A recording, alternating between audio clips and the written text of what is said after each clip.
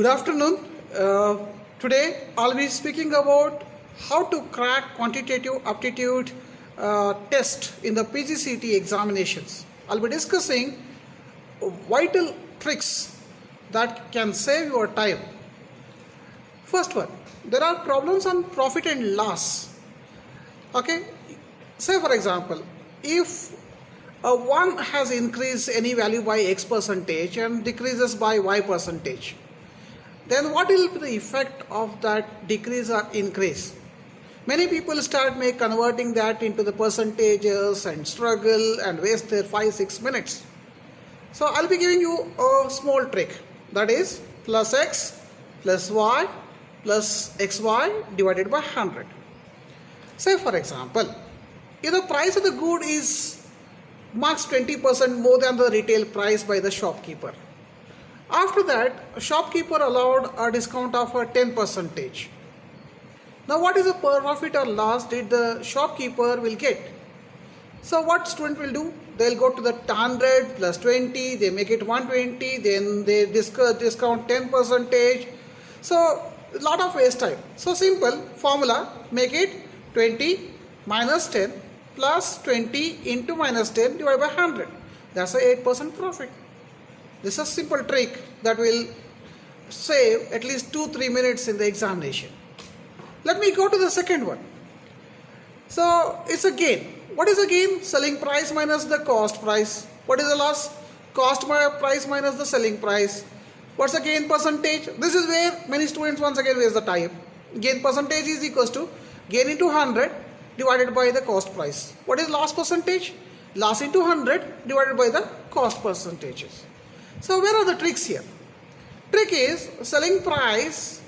If someone has to get it from when the cost price is given, gain percentage is given in the examination. Rather than calculating everything, just follow the trick. 100 plus gain percentage divided by 100 into cost plus price. If the last percentage is given, you have to minus it. Therefore, the formula is selling price is equals to 100 minus the last percentage divided by 100 into the cost price. So if the selling price and gain percentage is given and we have to find the cost percentage, the formula will become very simple. 100 divided by 100 plus the gain percentage into selling prices. If the last percentage is given, the formula becomes very easy.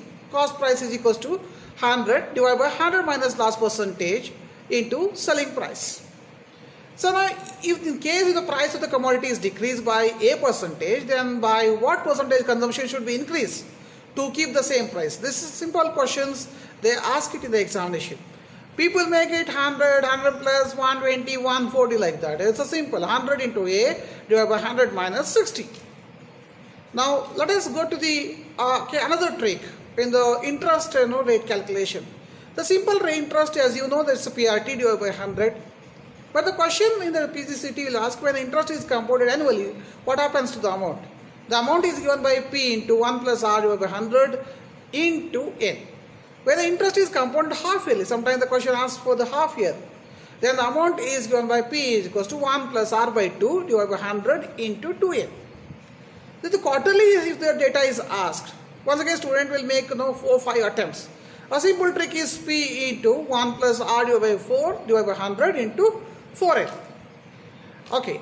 The next section in the PGCET is about the data interpretation, where the pie diagram is given, the percentage is given, the student were asked to calculate the value. So convert the entire degree into the 360 degree and convert that into the cash. You will get the answer. Very easy trick. Okay. Before that, there are number systems. For some of the tricks are like that.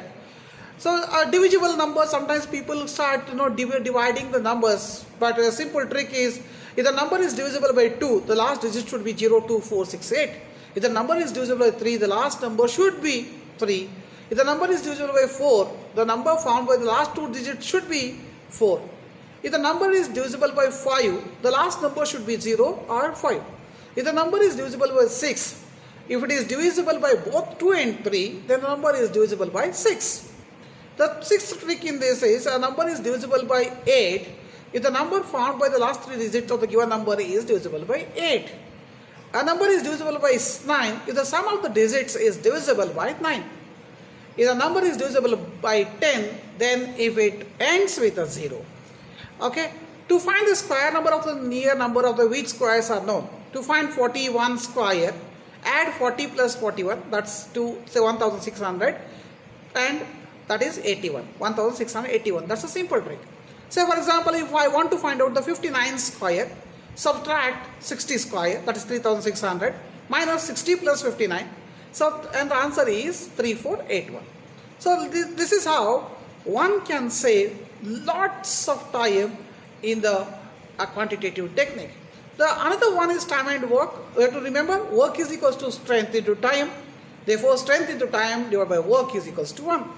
If the problem comes like this, if the 16 men can build a wall of a 52 meter long in a 25 days of working for 8 hours a day, in how many days can 64 men build a similar wall of 260 meter long working for 10 hours a day?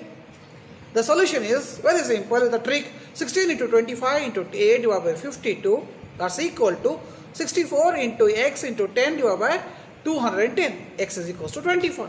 So this is how one can save large number of time in the PGCET.